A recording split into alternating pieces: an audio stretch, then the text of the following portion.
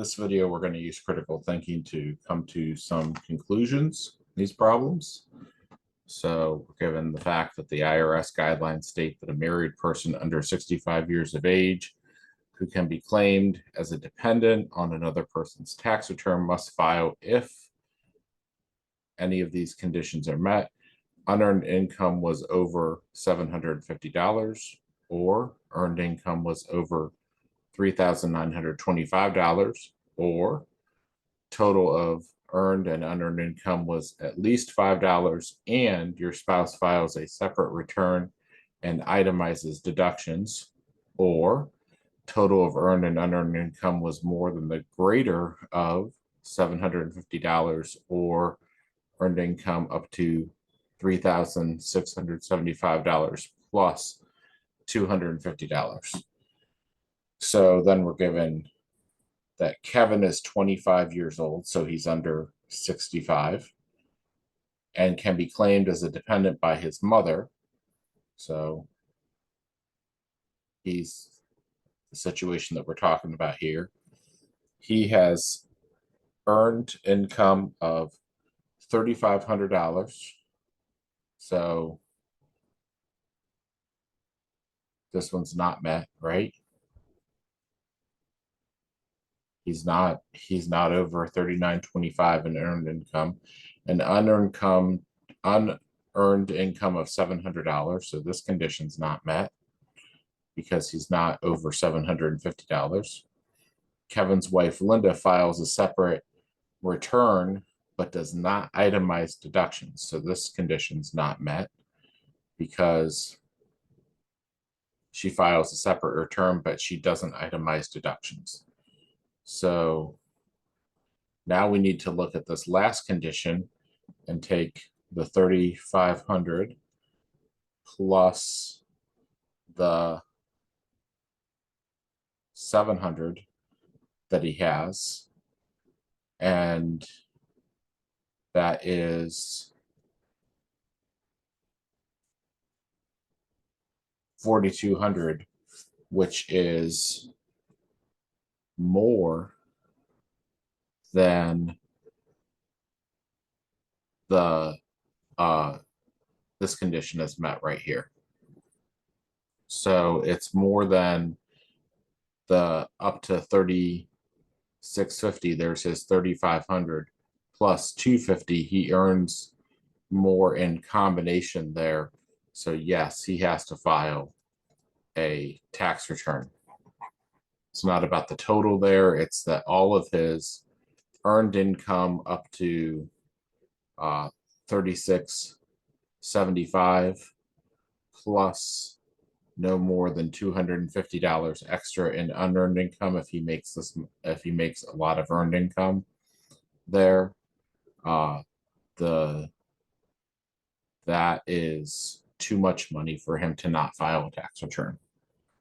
All right, same problem here, but different situation. That Julie is 45 years old, so she's under 65, can be claimed as a dependent by her father. She has earned income of $3,800, so this is not met. Unearned income of $200, so this is not met. Julia's husband, Brett, files a separate return but does not itemize deductions. So that condition's not met. And we're looking at now earned income up to $3,675 plus $250. Her $3,800 that she makes in earned income is more than this $3,675, so this condition is met. So she makes too much in earned income. Basically, in the last example, the issue was that Kevin made too much in unearned income. So the members of a union are on strike. They are satisfied with their hourly wage rate and benefits, but they want their overtime wage rate to be increased by 15% in their next contract. the head of management makes the following statement to the head of the union.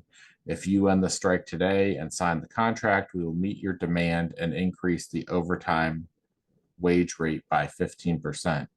Should the union head accept the offer and explain?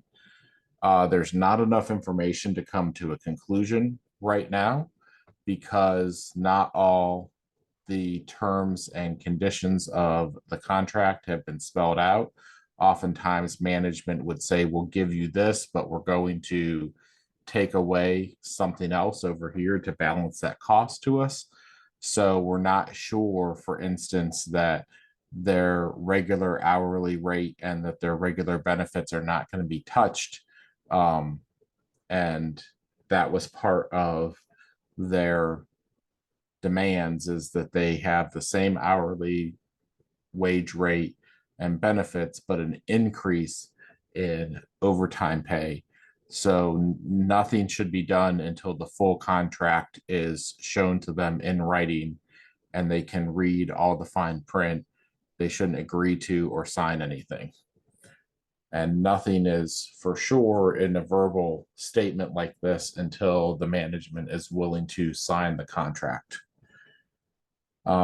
You mentioned to an acquaintance that you wish to buy a Rolex watch, but the model you're interested in is too expensive for your budget. He says that his cousin sells watches and that he'll get you a deal.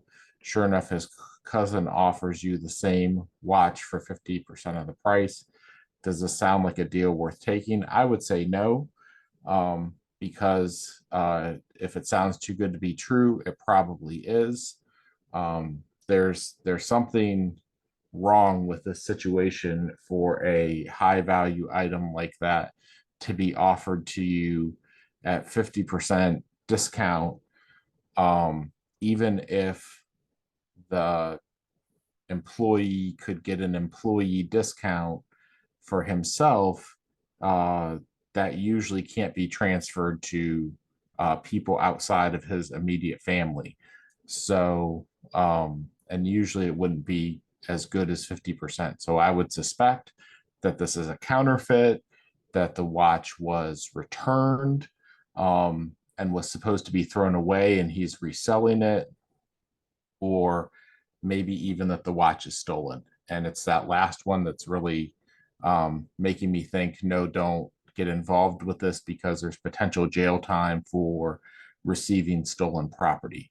So it's not worth the risk, even though that seems like a really good deal. The watch is probably hot, stolen, and you don't want to be involved with the shady dealings of this friend, of this acquaintance of a person who you're just friends with, who has no reason in the world to offer you such a good deal, right? So, all right, let's go ahead and end that video here, and we'll come back next time and talk about these hidden assumptions.